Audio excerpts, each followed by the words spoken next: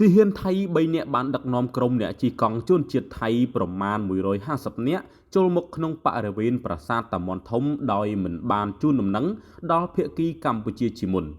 សកម្មភាពនេះគឺជាការបំពានយ៉ាងច្បាស់លើកិច្ចព្រមព្រៀងរវាងភាគីទាំងពីរដែលកំណត់ពេលវេលាជាក់លាក់អំពីការបើកឲ្យចូលប្រាសាទចាប់ពីម៉ោង9ព្រឹកនិងបិទនៅម៉ោង3រសៀល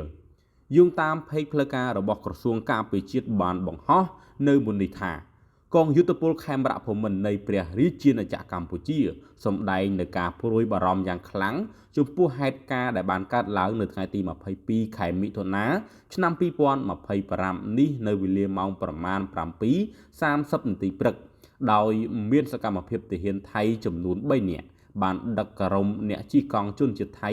ប្រមាណ150នាក់ចូលមកក្នុងបរិវេណប្រាសាទតាមាន់ធំដោយមិនបានជូនដំណឹងដល់ភាគីកម្ពុជាជាមុនសកម្មភាពនេះគឺជាការបំពានយ៉ាងច្បាស់ទៅលើកិច្ចព្រមព្រៀងរវាងភាគីទាំងពីរដែលកំណត់ពេលវេលាជាក់លាក់អំពីការបើកឲ្យចូលប្រាសាទចាប់ពីម៉ោង9ព្រឹកនិងបិទនៅម៉ោង3រសៀលកិច្ចព្រមព្រៀងដដែលនេះក៏បានកំណត់ថាប្រសិនបើមានករណីសុំពន្យាពេលឬការរៀបចំពិសេសណាមួយភាគីទាំងពីរត្រូវតែជូនដំណឹង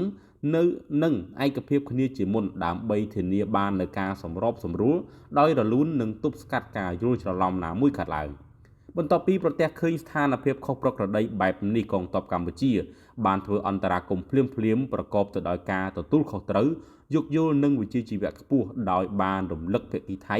ឲ្យគោរពខ្លឹមសារនៃកិច្ចព្រមព្រៀងដែលបានឯកភាពគ្នាហើយ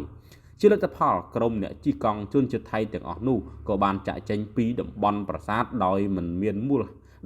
នហេតុអ្វីកើតឡើងទេកម្ពុជាស្នើឲ្យភាគីថៃប្រកាន់ខ្ជាប់នៅលក្ខខណ្ឌនៃកិច្ចព្រមព្រៀងដែលបានមានស្រាប់នេះឲ្យបានម៉ឺងម៉ាត់ប្រកបទៅដោយតម្លាភាពនិងភាពស្មោះត្រង់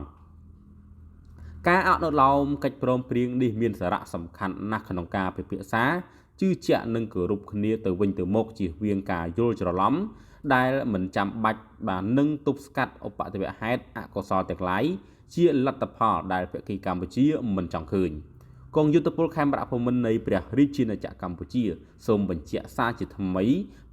ពីការបដិញ្ញាចិត្តមិនងាករេក្នុងការការពារបូរណភាពទឹកដីរបស់ខ្លួននិងគ្រប់គ្រងស្ថានភាពនៅប្រាសាទតាមាន់ធំដោយសន្តិវិធីនិងប្រកបដោយការទទួលខុសត្រូវនិងវិជ្ជាជីវៈខ្ពស់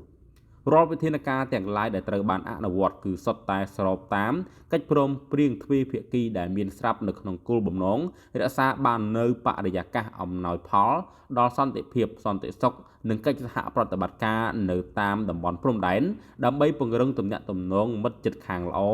និងនាំមកនូវផលប្រយោជន៍សម្រាប់ប្រជាជាតិនៃប្រទេសទាំងពីរ។